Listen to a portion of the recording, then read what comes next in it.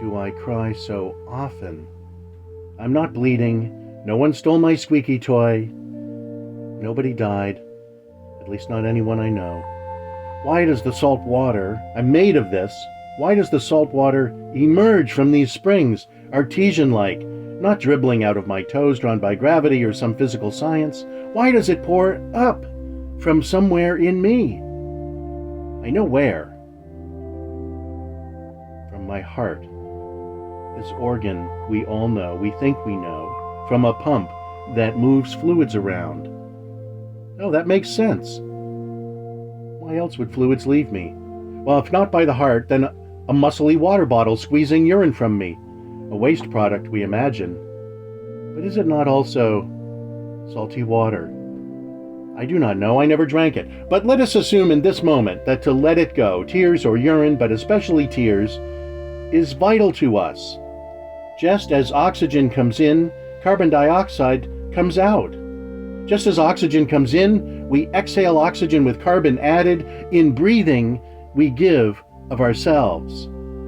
We create no shame over breathing, but urination, yes. Only in private, we make special rooms just for cycling. Don't watch a person when they are purifying. Same for crying. Oh, that CEO weeping on TV. What a wuss. Take it into a back room. Your sadness is yours. Don't bring anyone down with you. But the refilling, putting things into us, we make special tables, fancy glasses, chopsticks and forks, whole rooms, businesses.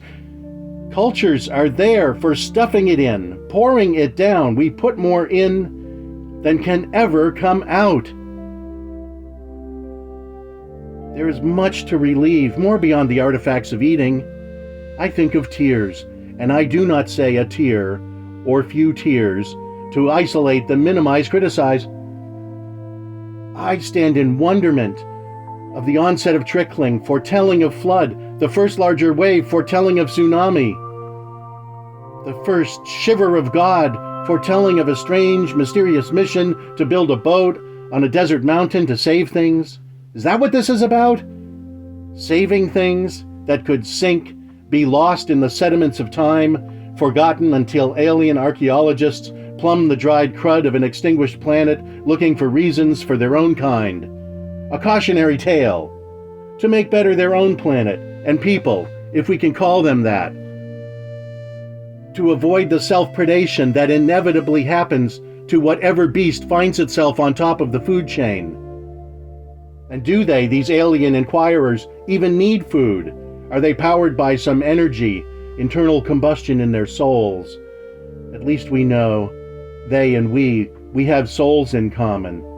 At least, it is relaxing to imagine it.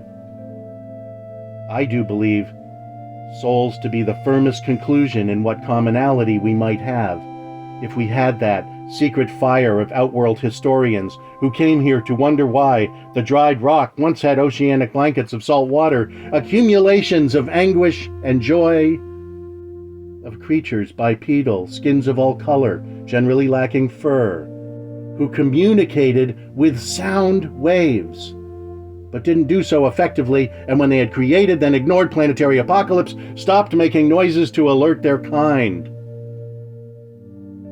who must have gone into some motionless state, a rigid and resting place, having accumulated all the salty water from all the oceans, from all the planet, and taken them into their bioshells and kept it, fearing they would lose something vital to their existence, or worse, that another of their kind would steal it.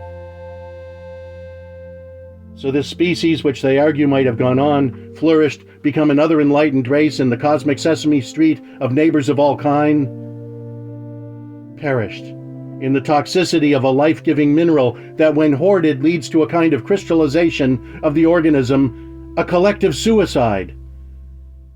If only they had realized their essential role in assuring the harmony of all earthwise beings, that their job, the first priority, was to exercise connection by passing this electrolyte through themselves, outward to the seas.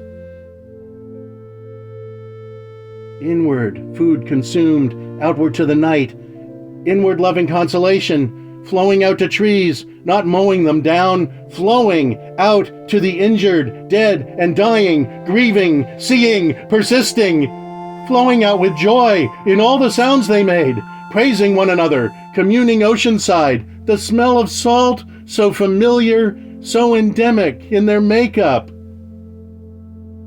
But it seems they kept it all inside. We speculate it was fear response, hoarding for something, some natural defense malfunctioning, misapplied, they would say. Our future archaeologists, we do not know. Some things, especially behavior, leave no direct evidence in the fossil record. We are left to ponder the demise of people who, having sucked all the oceans of electrolyte into themselves, did hold on to all that tears represent and did become extinct of thirst. Let us cry.